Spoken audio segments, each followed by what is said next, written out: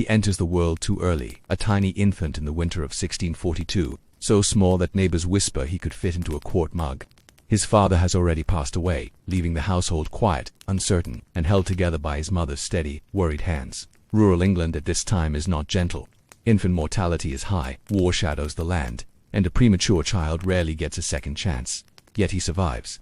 This simple fact becomes one of the soft, unlikely threads at the start of a life that will later reshape how the world understands itself. The family's farm at Woolsthorpe is humble, made of thick stone walls that hold the cold as much as they keep out the wind. As seasons turn, the boy grows beside fields of barley and sheep-grazed hills, but he is never quite the sturdy child others expect him to be. While most boys his age chase through fields or help with chores, he watches, he listens, he thinks, he spends long stretches alone, studying the way dust swirls in slanted sunbeams or how raindrops chase each other down the window. A well-known fact from these early years is that he liked building small models and mechanisms even before he fully understood what he was doing, shaping little inventions that puzzled the adults around him. When his mother remarries, the story shifts. She leaves him behind with his grandparents to begin a new life, and the quiet loneliness that follows becomes one of the early emotional shadows he carries. Some scholars argue this separation carved a lasting mark into his personality, shaping the intensity and solitude we see in his later work. Others say it was simply common for the era and not uniquely defining. Historians still argue whether this early abandonment fueled his obsession with control and order later in life. But what everyone agrees on is that the boy spent many evenings alone, turning his thoughts inward while the world outside moved on without him. Church becomes one of the few places where people notice his abilities. He scribbles notes, sketches odd diagrams, and pays more attention to beams of sunlight slipping through windows than to sermons. A quirky detail from childhood tells of him using bits of paper and string to create little windmill toys, copying a real windmill being built nearby. Instead of just watching, he studies every piece of it, tries to recreate it, and even makes small improvements to the design. This habit observing, recreating, then refining quietly becomes the rhythm of his mind. His mother eventually returns to Woolsthorpe after her second husband dies, now with children from her new marriage. Newton finds himself part of a larger household, yet still somewhat set apart. She hopes to make a farmer out of him, but farming simply does not fit him. Out in the fields he drifts into daydreams. While tending sheep he traces shapes in the sky and loses track of time. When asked to help with market tasks, his mind wanders until he forgets what he was supposed to buy. A neighbor once joked that he was more likely to measure the angle of a corn blade than cut it. She tries, but the land cannot hold him. He has a mind that runs ahead of every practical duty he is expected to perform. Eventually an uncle intervenes, recognizing that this boy is not meant for plows or livestock. This moment becomes another early turn in his path, small but crucial. His uncle speaks to his mother, encouraging her to send the boy back to school, where his mind might grow instead of meandering like it does in the fields. Without this nudge, the world might never have received the laws of motion, the theories of light, or the long-reaching pull of universal gravitation. School is not simple for him at first. He arrives older than many classmates and quiet to the point of oddness. Some boys tease him, others ignore him, but he has an inner steadiness, a patient, building focus. As he sits by the window with quill and paper, he begins to find comfort in the structures of arithmetic, the patterns of geometry, and the strange satisfaction of solving problems no one else seems to care about.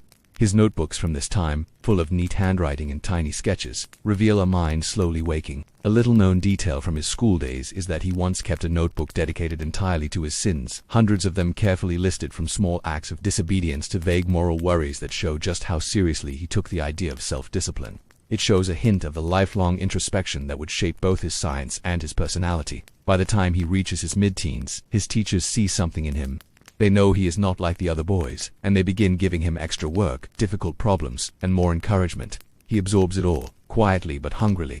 And while the other students rush home after lessons, he stays behind, lingering in the calm of an empty classroom, drawing diagrams on the dusty boards. His mother, still hoping for a more practical future for him, briefly pulls him from school to return to farming, but the attempt fails almost immediately. The young man's mind just will not root itself in the soil. He spends more time building sundials, measuring the speed of the wind, and observing the movement of shadows across the yard than doing any real farm work. Eventually, the decision becomes clear: education must guide him, not the plow. This leads him back to school once more, this time with an undeniable sense of direction. He climbs academically with calm determination, slowly preparing for the world beyond Woolsthorpe. Cambridge is waiting just ahead in the story, though he has no idea yet how profoundly that place will reshape him, drawing him into a world of ideas bigger than anything he has ever known. School gathers around him like a quiet structure he can lean on, and as the months pass, he settles into routines that slowly build his confidence. The shy boy who once watched everything from the edges begins to find comfort in books, diagrams, and the gentle order of mathematics. At Grantham, where he boards in the home of an apothecary, he discovers a new world filled with strange bottles, powders, and tools. The apothecary's shelves hold a soft kind of magic for him, and although he is meant to help with simple tasks, he spends long stretches simply observing how ingredients mix, how liquids change color, and how heat alters everything it touches. This curiosity becomes one of the first true hints of the scientist he will one day become. Forming quietly in the dim aromatic corners of that household, a window looks over Grantham's rooftops, and he often sits beside it, scribbling in notebooks while watching the sun drift across the sky. He sketches diagrams of the windmill he once copied as a child, doodles gears and wheels, and writes endless lists of things he wants to understand. A well-known fact from this stage of his life is that he built elaborate sundials in the schoolyard, one so precise that neighbors later recalled using them to tell the local time. It is a small achievement, but one that reflects how naturally measurement and precision come to him, even when he is still just a boy with chalk-stained fingers and a wandering mind. Despite his growing confidence, he is not the popular type. He keeps to himself, often indifferent to games and jokes that swirl around the school. This quietness sometimes attracts unwanted attention. One older student picks on him more than the others, a typical schoolyard rivalry, but one that sparks a turning point. When the older boy pushes him too far, Newton surprises everyone, including himself, by confronting him physically.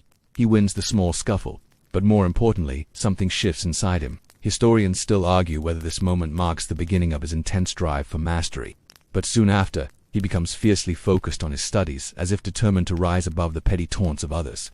From then on, his notebooks grow even denser. He spends evenings reading instead of relaxing with the other boys, immersing himself in mathematics, poetry, philosophy, and whatever scraps of knowledge he can find. A quirky little-known detail from this period is that he would sometimes write notes in tiny cramped handwriting along the edges of books he borrowed, squeezing observations into margins barely wide enough to hold them. Teachers notice his unusual dedication and start giving him more advanced problems. He takes them without hesitation, disappearing into them as though the world outside fades the moment he begins writing. Meanwhile, the apothecary's workshop becomes another quiet classroom for him. He watches how plants are ground into powders, how mixtures bubble when heated, how different materials react in unexpected ways, although he does not fully understand what he is seeing. These early glimpses of chemical processes later echo in his lifelong fascination with alchemy. The smells of herbs and metal filings become as familiar to him as ink and paper, and in some subtle way, these sensory impressions settle into his memory, preparing his mind for experiments still decades away. At school, his teachers begin discussing his future. They see a boy who learns quickly, one who absorbs ideas with a quiet intensity. It becomes clear he is not meant to be a farmer, nor an ordinary tradesman, but his mother still hopes he will return home permanently, fearing that education might not offer the stable life she wants for him. She removes him from school again, hoping the farm will anchor him. The attempt collapses almost instantly. Out in the fields, Newton watches how the sunlight shifts through the branches. He measures the length of shadows instead of tending to livestock. He gets lost in thoughts about angles and shapes, forgetting his chores until someone calls his name. His mother soon faces reality. This boy is not built for farm life in any sense. His uncle steps in a second time, now more firmly. He tells Newton's mother that the boy's mind is too bright, too restless, too waste on fields and barns. Others in the community agree, recalling how he often seemed more interested in the structure of the world than the tasks he was assigned. After much discussion, she relents, allowing him to return to Grantham to continue his schooling properly. Back at school, Newton becomes even more dedicated, aware now that education is not something guaranteed, it is something he must hold tightly. He works harder, rises earlier, studies later, and soon outpaces nearly everyone around him. His teachers begin preparing him for Cambridge, a place that feels impossibly distant compared to the stone walls of Worcester, yet the idea of it fills him with a quiet, steady excitement. Cambridge means books, ideas, possibilities. It means he can follow the pool of his curiosity without interruption. As months pass, the sense of transition grows. He finishes his final studies in Grantham and returns home one more time before his departure. The house at Woolsthorpe feels different now. The fields seem smaller, the routines slower. He notices things he never noticed before, how the wind patterns shift over the hills, how the shadows change with the season, how the world moves with a rhythm he wants to understand more deeply.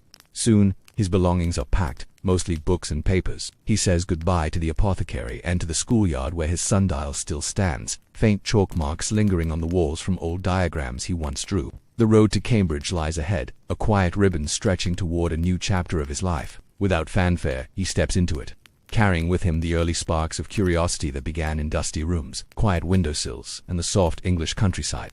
The journey to Cambridge unfolds in the soft rhythm of horse hooves and shifting landscapes, carrying Newton away from Woolsthorpe's familiar fields into a world buzzing with thought and ambition. Trinity College rises ahead of him like a grand puzzle of stone corridors and echoing halls. For a young man who once measured shadows in farmyards, the sheer scale of the place feels overwhelming at first. Students hurry back and forth with books tucked under their arms, bells ring at steady intervals, and the air hums with a kind of scholarly purpose he has never experienced before. Yet beneath the nervousness, there is a quiet sense of belonging settling inside him, as if his mind has finally stepped into the environment it always needed. Cambridge in the 1660s is not the peaceful academic haven it later becomes. The college is shaped by strict routines, early morning prayers, and sharp class distinctions. Because Newton arrives as a sizar, a student who helps with errands and duties in exchange for reduced fees. He occupies one of the lower places in the university hierarchy. He carries trays, polishes objects, and performs small tasks that wealthier students leave behind. Still, this does not discourage him. A well-known fact about this time is that many sizars at Cambridge later became scholars of great influence, proving that social rank does not limit intellectual ability. Newton, with his quiet resilience, settles into this role with little complaint. In his earliest weeks he handles modest daily lessons without standing out. The official curriculum emphasizes classical texts and established philosophy, leaving little room for creative exploration. Yet something shifts when he encounters the works of thinkers like Descartes and Galileo. The ideas he reads ignite a sense of possibility, stirring the same curiosity that once filled his notebooks back in Grantham. Late at night, by candlelight, he copies long passages into his own notebooks, underlining phrases that puzzle him, questioning diagrams that seem incomplete, and adding his own small challenges in the margins. He studies alone most of the time, while other students gather in groups to discuss lessons or socialize in nearby taverns. Newton prefers quiet corners, shadowed libraries, and a silent company of written words. His teachers notice his growing dedication, though he still moves beneath the radar of the academic elite. Historians still argue whether he had any close friendships during these early years or whether his solitary habits were already too ingrained to allow easy connections. Some say he was simply shy. Others believe he guarded his thoughts with such intensity that he had little space for companionship. Whatever the reason, his isolation becomes part of the rhythm of his university life. Newton's notebooks from this period are small treasures of insight. He writes lists titled Questiones Quaedam Philosophae, or Certain Philosophical Questions, a personal exploration of everything he finds fascinating. Inside he wonders about space, time, matter, motion, God, and the structure of the universe. The questions are ambitious, the tone almost urgent. A quirky, lesser-known detail is that he sometimes filled these notebooks with experiments he imagined rather than ones he actually performed, sketching out scenarios he hoped to test someday when he had the proper tools. His curiosity soon expands into mathematics, particularly when he encounters Euclid's geometry. At first, the geometric proofs feel stiff and tedious to him, but something clicks after a few days of intense study. Once he grasps the logical structure, he becomes captivated by the clarity of it. He begins working through mathematical problems faster than his tutors expect, crafting new methods and shortcuts. His fascination with numbers deepens into something more like creative exploration. He begins developing ideas that will later grow into calculus, though he does not yet name it or fully understand the power it will one day hold. Cambridge itself becomes a living backdrop to these discoveries. The stone courtyards echo with footsteps, the river below the bridges stirs with slow currents, and the dormitories remain dim and cold through long winters.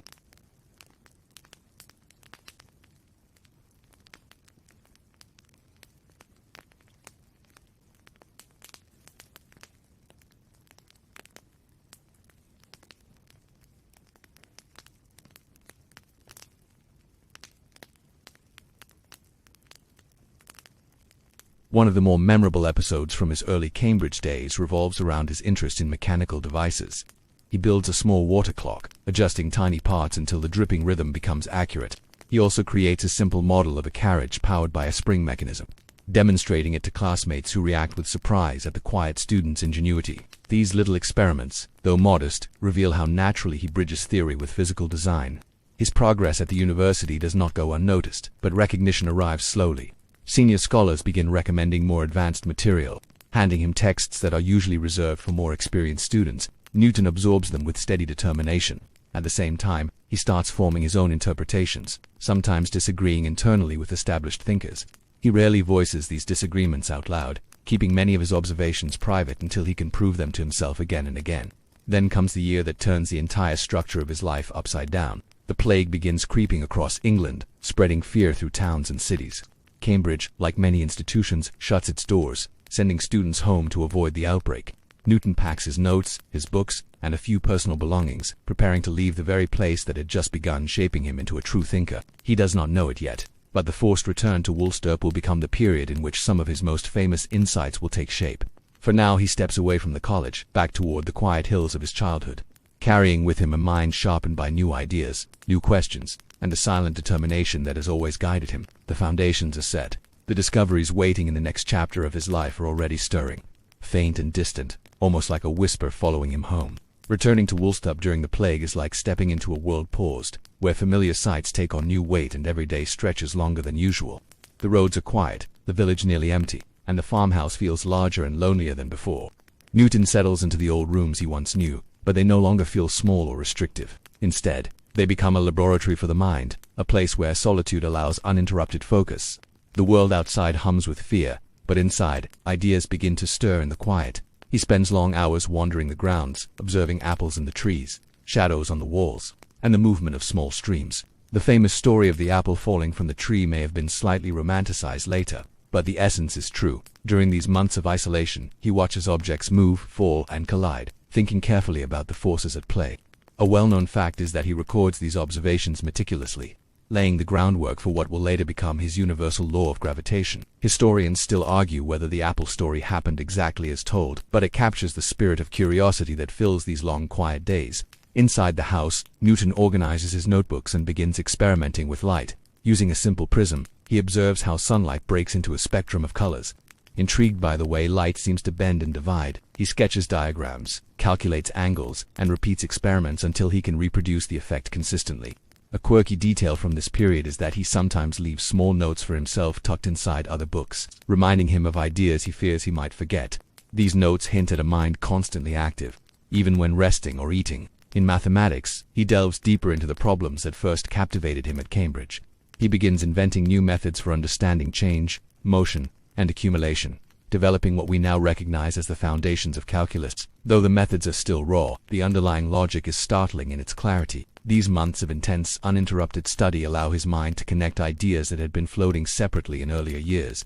The isolation, once uncomfortable, now becomes an unexpected gift, offering him the freedom to think deeply without distraction. Yet life is not entirely quiet. The farmhouse demands attention, and Newton still performs chores, manages the household, and adapts to the occasional visit from relatives or neighbors. But these interruptions are brief, and they often seem to sharpen his focus rather than distract him. The contrast between mundane tasks and profound thinking becomes a rhythm, a gentle pulse marking his days. He measures the flow of water from a bucket, observes the swing of a pendulum, or calculates the arc of a thrown stone, turning ordinary moments into moments of discovery. The plague itself casts a long shadow. Letters from Cambridge friends describe the fear and uncertainty gripping towns, yet Newton remains absorbed in his studies. He reads what books he can, copies passages, and tests ideas. A well-known historical fact from this time is that he avoided most social contact, dedicating himself entirely to thought and experiment. Some scholars suggest this intense isolation may have contributed to both his brilliance and the occasional difficulty he later had in social interactions. The tension between connection and solitude seems to crystallize during these months, shaping the personality that will define his adult life. Evenings are quiet, lit by flickering candles. Newton sometimes works late into the night, tracing curves, calculating speeds, and sketching diagrams. The soft scratching of quill on paper becomes a kind of background music, accompanying the rhythmic wind outside the windows. Occasionally he pauses to stare out at the sky, noticing the stars or the arc of the moon. His notebooks are filled with questions about gravity, light, motion that he returns to day after day. These questions, carefully catalogued, become the scaffolding for discoveries that will transform physics centuries later. A lesser-known story tells of him fashioning a small reflecting telescope using lenses and mirrors, scavenged from around the house. He tests it in the evenings, adjusting mirrors and angles, delighted when distant objects appear sharper and brighter. It is one of the earliest signs of the inventive mind that will later revolutionize optical studies, a small triumph born of simple curiosity. The act of creating something practical from theoretical knowledge becomes a hallmark of his thinking, a blend of imagination and calculation that persists throughout his life. By the end of the plague years, Newton has emerged changed. The quiet has honed his mind, the solitude has strengthened his focus, and the early observations of motion and light have begun to coalesce into coherent ideas. Though the world outside remains uncertain, inside Woolsthorpe, the boy from a fragile childhood is becoming a thinker capable of reshaping how humanity understands the universe. In these months of enforced isolation, the threads of future breakthroughs are being woven carefully, silently, into the fabric of his mind. The years that follow the plague become a period of relentless experimentation and quiet ambition. as Newton begins to formalize the scattered observations he has been collecting since childhood. He measures falling objects, charts trajectories, and traces the paths of projectiles with careful, meticulous precision. Each small experiment builds into a larger framework, a lattice of thought connecting motion, force, and resistance. A well-known fact from this period is that he formulates the basic principles of motion that will later anchor the entire field of classical mechanics, though at the time he keeps much of it private, scribbled into notebooks that only he fully understands. Newton's work is not limited to abstract calculations. He experiments in small workshops and borrowed spaces, often repurposing ordinary household items for scientific inquiry. He measures the acceleration of falling objects using rudimentary timing devices, notices patterns in the way light reflects off surfaces, and tests the elasticity of springs. A quirky, lesser-known detail is that he once made a pendulum clock from a board, string, and a small weight, adjusting its swing to measure intervals for experiments with surprising accuracy.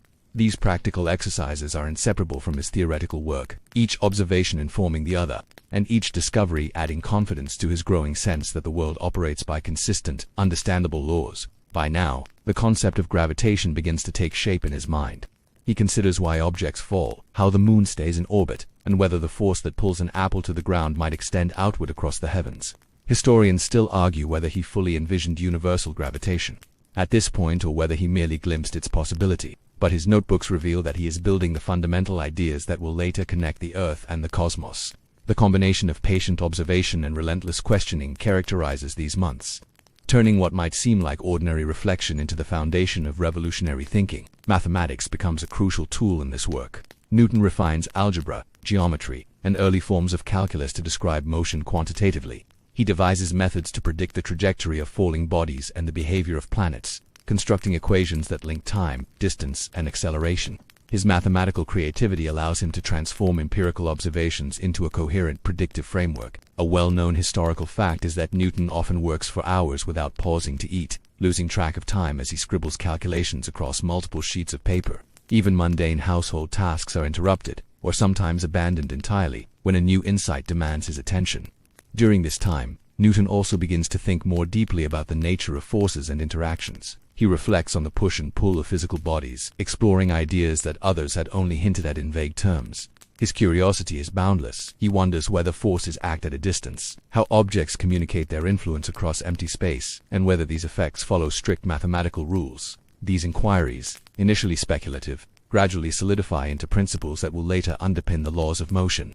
A quirky anecdote recounts how he would sometimes toss small balls from one side of a room to the other, timing their movement with improvised devices and noting variations in their behavior. Such small, personal experiments show the playful yet precise approach he favors. Isolation continues to shape his work. While friends and scholars return to Cambridge after the plague, Newton remains at Woolsthorpe for long stretches, drawn to the calm and predictability of the countryside. Letters from Cambridge reach him occasionally, but he mostly keeps to his notebooks, silently comparing theory with observation. Scholars still debate whether this prolonged solitude was essential to his discoveries, or whether similar insights could have emerged within a more social environment. What is clear, however, is that these months allow uninterrupted thought, and the mental space to connect seemingly unrelated phenomena. By late in this period, the scattered notes on motion, force, and mathematics begin to form patterns. Newton starts to write definitions and rules, each building on the previous, moving toward the comprehensive framework that will later appear in his Principia.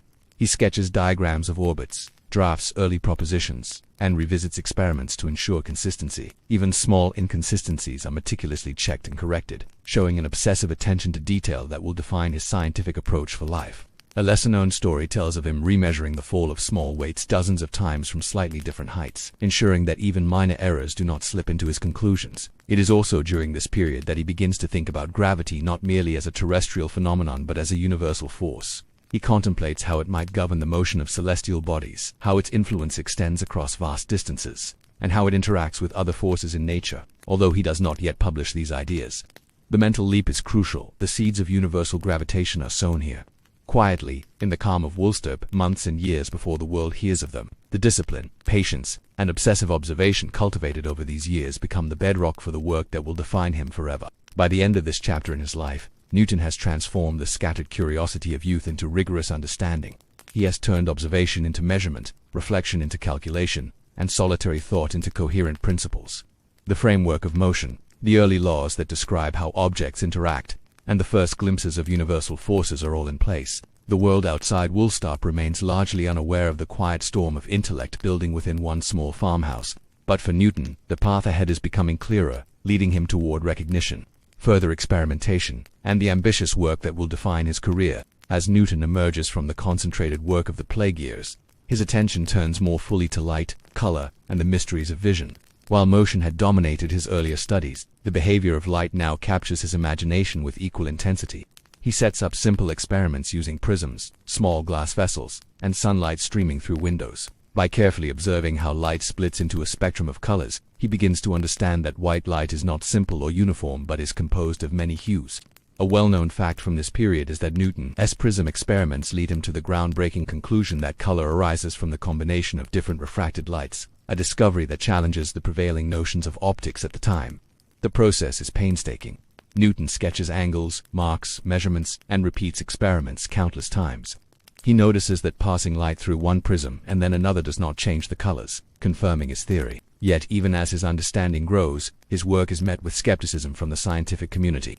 Many contemporaries cling to older ideas about the nature of light, and some dismiss his conclusions as improbable. Historians still argue whether Newton fully anticipated the long-term impact of these discoveries, or whether he was primarily motivated by the satisfaction of uncovering natural patterns. Either way, the experiments form a cornerstone of his scientific legacy.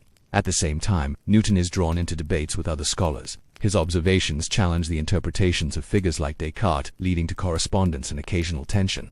A quirky detail from this period is that Newton sometimes uses a darkened room and a small hole in the shutter to focus a single beam of sunlight, producing a more precise spectrum than anyone else can observe. These small, hands-on adjustments reveal the inventive, almost playful quality of his approach, blending rigorous science with careful tinkering. Newton also begins to link his work in optics with his earlier studies of motion and mathematics. He realizes that light, like matter, follows predictable patterns and can be described mathematically. This connection excites him, offering the tantalizing possibility that even phenomena as elusive as color can be understood in the same framework he has been developing for motion and gravity. A lesser-known story tells of him sketching diagrams of light rays intersecting at angles on multiple sheets of paper, checking the geometry of reflection and refraction with obsessive care, sometimes working late into the night by candlelight. His experiments do not remain entirely private. He shares some findings with trusted colleagues, though he is cautious about widespread publication. The reception is mixed. Some scholars recognize the originality of his observations, while others doubt the validity of his conclusions. The debates spur him to refine his reasoning, to anticipate objections, and to structure his work with clarity and precision. Over time, these discussions push him toward a more comprehensive understanding of optics and the principles that govern light. Beyond prisms and reflections, Newton also investigates the nature of color perception. He examines how lenses, mirrors, and even the human eye interpret incoming light, gradually forming ideas about the physiology of vision.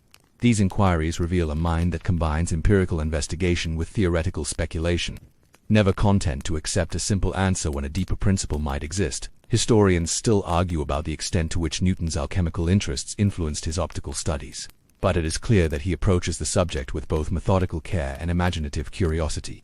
By the end of this period, Newton has transformed simple observations into a systematic study of light, color, and optics. His work lays the groundwork for future scientists while simultaneously demonstrating the blend of curiosity, precision, and perseverance that defines his approach. The experiments are modest in setup but monumental in implication, revealing a universe more orderly and measurable than most contemporaries dare to imagine. Each prism, each beam, each carefully drawn diagram carries the promise of insight, connecting the quiet intensity of Woolsthorpe to the broader canvas of natural philosophy and scientific discovery. By the time Newton begins consolidating his findings into the work that will become the Principia, he is no longer the solitary, hesitant scholar of Woolsthorpe or early Cambridge. He has matured into a thinker capable of synthesizing vast amounts of observation, experimentation, and calculation into a coherent, audacious vision of the universe. The task is immense. He wants to describe motion, forces, and gravitation in a single systematic framework. Writing it down, however, proves far more difficult than discovering it.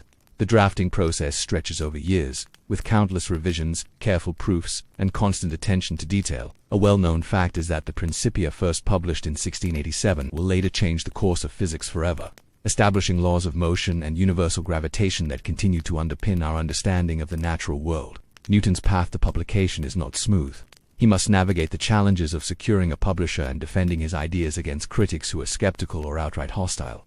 The Royal Society eventually assists, but even this support requires diplomacy. Historians still argue about the extent to which Newton's perfectionism delayed the dissemination of his findings. Some suggest he was excessively cautious, unwilling to share work until he had anticipated every possible objection. Others propose that his intense personal standards simply reflect the seriousness with which he approached knowledge itself. Either way, the careful, measured approach produces a work that is as exacting as the universe it seeks to describe. The writing process is intensely solitary. Newton spends hours composing propositions, proofs, and diagrams, revising lines of text to ensure every word conveys precisely what he intends. A quirky detail from this stage is that he sometimes reads his own sentences aloud in empty rooms, listening for clarity and logical flow, adjusting phrasing as though teaching invisible students. His notebooks from this period show meticulous organization, lemmas, corollaries, and theorems arranged in careful sequence, each building toward an overarching argument. This structure is one of the reasons Principia is not merely a collection of discoveries but a complete system, a narrative of nature itself told in the language of mathematics. As the work nears completion, Newton faces scrutiny from the scientific community. Scholars like Robert Hooke challenge some of his conclusions, raising questions about planetary motion and the nature of gravity. Newton responds, often indirectly, through careful proof and argumentation, rather than open confrontation. Historians still debate whether this cautious engagement reflects humility or a deeper desire to control the narrative surrounding his discoveries. Regardless, the interaction sharpens his thinking, forcing him to anticipate objections and refine his models.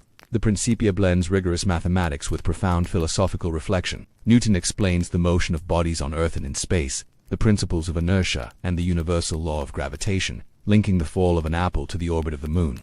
His work demonstrates that the universe is not chaotic but governed by predictable, universal laws. A lesser-known story recounts how he repeatedly verified the shapes of elliptical orbits using a combination of geometric sketches and numerical calculations, sometimes redoing an entire calculation from memory to ensure absolute accuracy. This meticulous approach becomes a hallmark of his career. Nothing is accepted on assumption, and every statement is backed by evidence or logical derivation. The publication of the Principia is a turning point, both personally and scientifically. Newton gains recognition, yet the fame is accompanied by ongoing disputes.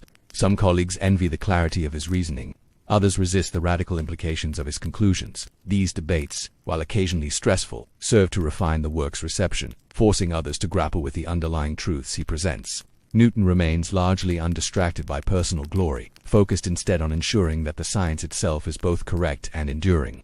Through all of this, he maintains a steady, almost obsessive routine. Days are consumed with calculations, evenings with careful review of drafts, and nights with reflection on broader implications. The process is exhausting, yet profoundly satisfying.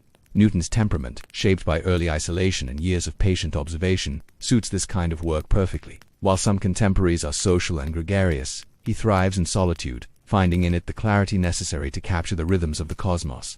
By the end of this period, the Principia stands as more than a book. It is a testament to a lifetime of curiosity, patience, and disciplined thought. Every diagram, equation, and proposition reflects a mind capable of seeing connections invisible to others, and of translating these connections into precise, communicable knowledge. The storms of criticism and the quiet battles of revision are all part of the story, underscoring how great achievement often emerges not from brilliance alone but from relentless, disciplined engagement with the world. After the triumph of the Principia, Newton's attention shifts in unexpected directions.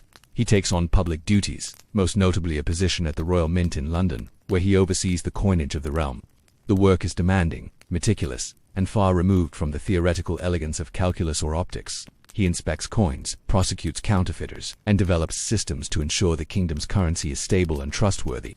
A well-known fact is that Newton applied the same rigor to minting as he did to his scientific experiments, insisting on precise weights, measurements, and uniformity, often personally checking coins to maintain standards. Historians still debate whether his intensity in this role reflects a desire for public service, a fascination with practical measurement, or simply the same perfectionism that drives his research.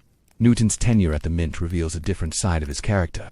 Unlike the serene environment of Woolstop, London is noisy, bustling, and politically charged. He navigates bureaucracies, conflicts with subordinates, and the occasional intrigue of financial fraud. Yet he thrives in the challenge, applying careful logic to problems that might overwhelm others. A quirky, lesser-known detail is that he sometimes disguises himself during inspections of coin production, walking anonymously among workers to observe their behavior and prevent fraud. This blend of creativity, observation, and discipline mirrors the approach he once used in scientific experiments, translating intellectual rigor into practical enforcement. Despite the outward success, Newton also contends with personal and emotional pressures. His intense focus often leaves little room for companionship or relaxation. Friends note that he can be distant, abrupt, or impatient, particularly with those who do not match his intellectual seriousness. Scholars still argue whether these traits stem from lifelong shyness, early childhood separation, or simply the consuming nature of his work. Regardless, these pressures are never fully absent. They linger quietly behind his public achievements, a private shadow that accompanies his every task. During this period, Newton continues private studies, blending alchemy, theology, and mathematics alongside his minting duties. He spends evenings analyzing chemical reactions, experimenting with metallic compounds, and exploring esoteric texts, pursuing knowledge that remains largely hidden from the broader scientific community.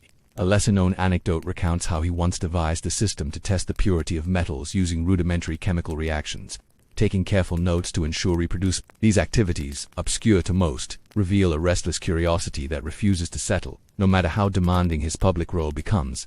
Newton's work at the Mint eventually gains recognition beyond administrative circles. He reforms coin production, improves the detection of counterfeits, and establishes methods still admired for their precision. Yet the intensity of his involvement also reveals his meticulous, sometimes unforgiving nature.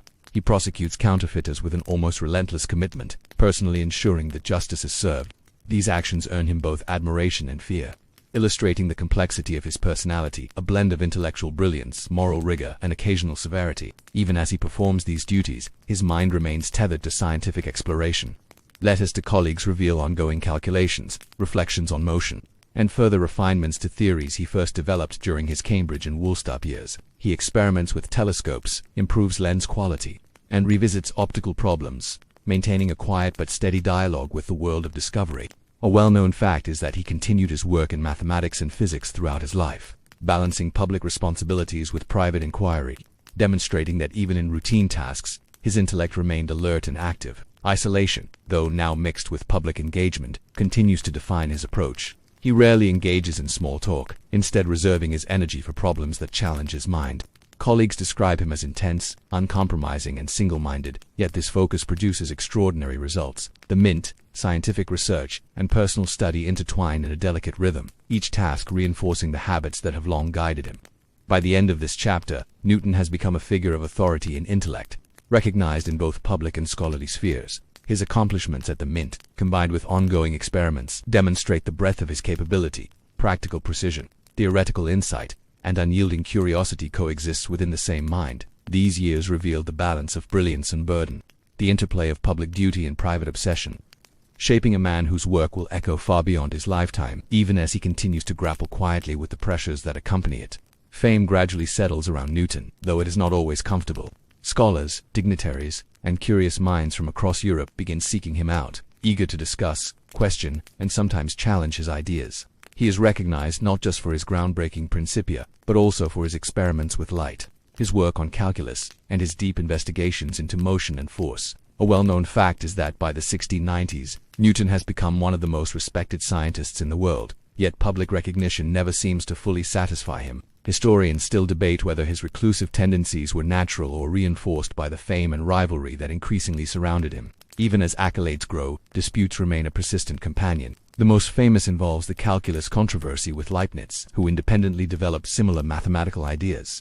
Letters fly, accusations are implied, and tension simmers in the otherwise polite halls of academic exchange. Newton's responses are measured but firm, reflecting a blend of pride and meticulous reasoning. A quirky, lesser-known detail is that he sometimes annotates correspondence with tiny notes and calculations, refining arguments in the margins before sending letters. These meticulous habits reveal how seriously he took both ideas and disputes, treating each as a challenge to be solved with precision rather than emotion. Throughout these years, Newton also reflects on his early life and the solitary months at Woolsthorpe that first shaped his methods. He occasionally mentions to colleagues the hours spent observing apples, sunlight, and shadows, hinting at the quiet influence of childhood curiosity. These reflections remind him and anyone who listens that even monumental discoveries can trace their roots to small, patient observations. Some scholars still argue whether Newton credited these experiences adequately or preferred to emphasize his formal study and intellectual rigor over the more whimsical beginnings. His later years are also marked by quieter introspection. He writes essays on theology, studies ancient texts, and considers the philosophical implications of his work. These explorations are often hidden from public view, revealing a side of him concerned not only with the laws of nature but also with the broader questions of existence, meaning, and the divine. A lesser-known anecdote describes how he sometimes spent entire nights poring over biblical manuscripts, comparing translations and scribbling notes, demonstrating the same careful analytical approach he applied to physics and mathematics. Despite disputes and obligations, Newton's reputation solidifies, honors and positions follow. He serves as president of the Royal Society and is knighted later in life, recognition of both intellectual achievement and public service. Yet he maintains a degree of emotional distance from the attention, preferring the company of ideas, experiments, and careful reflection over social engagement. His days are structured, disciplined, and intensely focused, a rhythm that balances the demands of authority with the pursuit of knowledge. As he ages, his health and energy fluctuate, but his mind remains sharp. He revisits earlier experiments, refines calculations, and continues correspondence with scholars, sometimes correcting minor errors in prior work. The persistence of his intellectual activity demonstrates a lifelong commitment to understanding and to precision. A quirky detail from these years is that he often read while walking, carrying small notebooks to jot down thoughts, allowing even motion to become a vessel for reflection. In this stage of life, Newton's legacy begins to solidify, even as he quietly contends with rivalries, personal intensity, and the weight of extraordinary achievement. Recognition and disputes coexist, a testament to the complexities of both human society and the life of a thinker whose standards are as rigorous as the universe he seeks to describe. He stands now not only as a figure of science but as a man shaped by solitude, curiosity, and relentless dedication, combination that will resonate through centuries and inspire generations yet to come. In the final decades of his life, Newton moves into a rhythm shaped equally by reflection, responsibility, and quiet contemplation. He continues overseeing the mint, a position that requires steady attention but also offers him an anchor amid the swirl of fame and scientific discussion. He revisits prior work, examines earlier calculations, and writes letters to colleagues, ever vigilant in clarifying ideas and correcting errors. A well-known fact is that he lived into his 80s, a remarkable age for the 18th century, allowing him to witness both the growing influence of his discoveries and the rise of new scientific minds who would build upon them. Historians still debate how much his intense focus and solitary habits contributed to both his longevity and the occasional bouts of irritability noted by contemporaries. Even as the world recognizes his genius, Newton's daily life retains a quiet, almost ritualistic quality. He walks in the gardens, observing nature with the same attentive curiosity that marked his youth in Woolsthorpe. He studies the stars, checks the movement of the planets, and occasionally revisits prisms and lenses, marveling at the interplay of light and color. A quirky detail is that he sometimes carried small instruments in his pockets, ready to measure angles, brightness, or distance whenever a moment of curiosity struck. These small habits reveal that even routine activity could become an opportunity for discovery, a reflection of a mind always tuned to the natural world. Newton also reflects more on his earlier years, recognizing the role of solitude in shaping his thinking. The long months at home during the plague, the quiet corners of Cambridge, and the hours spent in meticulous observation all contributed to the discipline and focus that defined his life. He writes down observations, records, patterns, and occasionally advises younger scholars, passing on the methodical habits that allowed him to uncover universal truths. Scholars still argue about how much personal satisfaction he drew from teaching or mentorship, as he tended to be selective about his interactions, favoring depth over quantity. In terms of personal character, Newton remains complex. He is capable of warmth and intellectual generosity, but also prone to rigidity and intense protectiveness over his ideas. His meticulous nature extends to nearly all aspects of life, from his public duties to his private investigations. Yet this precision enables him to leave a legacy that endures far beyond his own time. A lesser-known story tells of him meticulously reviewing the Royal Mint's ledgers even after long hours of scientific correspondence, demonstrating the same care for detail whether dealing with coins or calculations. Evenings in Newton's later years are quiet. He reviews earlier notes, contemplates the night sky, and sometimes jots reflections on mathematics, theology, or philosophy. He remains curious about the natural world, persistent in his inquiry, and thoughtful about the broader implications of discovery. His focus shifts less toward novelty than toward refinement, ensuring that what he has discovered is fully understood, recorded, and ready to inspire future generations. As the end of his life approaches, Newton's legacy is secure. His laws of motion, theory of gravitation, contributions to optics, and mathematical innovations form the foundation of modern science. Yet beneath this monumental public identity lies the same boy who once sketched gears by a window, watched apples fall, and wondered quietly about the unseen forces that shape the world. The life he lived combines brilliance, curiosity, solitude, and perseverance, creating a model of disciplined inquiry that continues to resonate centuries later. In the final months, he grows increasingly reflective, contemplating the sweep of his achievements, the patterns of nature, and the human experience of learning and discovery. The world acknowledges him as a towering figure of intellect, yet his greatest satisfaction seems to come from understanding itself. The quiet satisfaction of seeing the universe's workings unfold through careful observation and disciplined thought. His mind remains as sharp as ever, a testament to a life spent in relentless pursuit of truth and understanding. Now, as the story of Isaac Newton's life settles gently into memory, we can let the pace slow and the details soften, like sunlight fading at the edge of an evening. Consider the quiet moments: a boy sketching sundials by a window, a student measuring shadows, a young man watching apples fall in a garden. These small, seemingly ordinary events ripple outward, forming the foundation of ideas that will one day reshape the understanding of motion, light, and the universe itself. Even in the extraordinary, there is always a thread of the ordinary, a reminder that curiosity begins in observation, in patience, and in attention to the smallest patterns of the world. As you imagine Newton walking through the halls of Cambridge, or tending experiments in the solitary farmhouse at Woolstrup, notice the gentle rhythm of his lifelong hours of quiet thought, meticulous calculation, and persistent observation. There is a soft continuity here, a flow that stretches from childhood to the pinnacle of intellectual achievement. His work was not sudden, nor was it the product of fleeting inspiration. It was built piece by piece, day by day, through patience, care, and the subtle joy of discovery. Even his solitude, once a source of isolation, becomes a companion and a crucible, allowing thoughts to deepen and ideas to mature. We can also reflect on the balance of brilliance and humanity in his life. The meticulous attention to detail, the intensity of focus, and the occasional bouts of stubbornness were paired with moments of gentle insight and imaginative play. His achievements are public, enduring, monumental, but they also emerge from private moments of quiet reflection, when the mind wandered freely among the questions of the natural world. That combination of curiosity, discipline, and subtle wonder is perhaps the most enduring lesson of his life. That discovery is as much about attention and patience as it is about genius. Finally, let the story fade into a gentle quiet. Imagine the soft rustle of papers in a candlelit study, the faint creak of a chair, the distant hum of a wind through the trees. Newton's legacy remains in equations, experiments, and principles that guide the understanding of the universe. But the essence of his life, the patient observation, the quiet thinking, the gentle curiosity lingers in the air, serene and timeless. We leave him here, in the calm of his study and the quiet of his garden, a mind forever attuned to the patterns of the world, resting yet still whispering the truths he uncovered, softly, gently, into the night.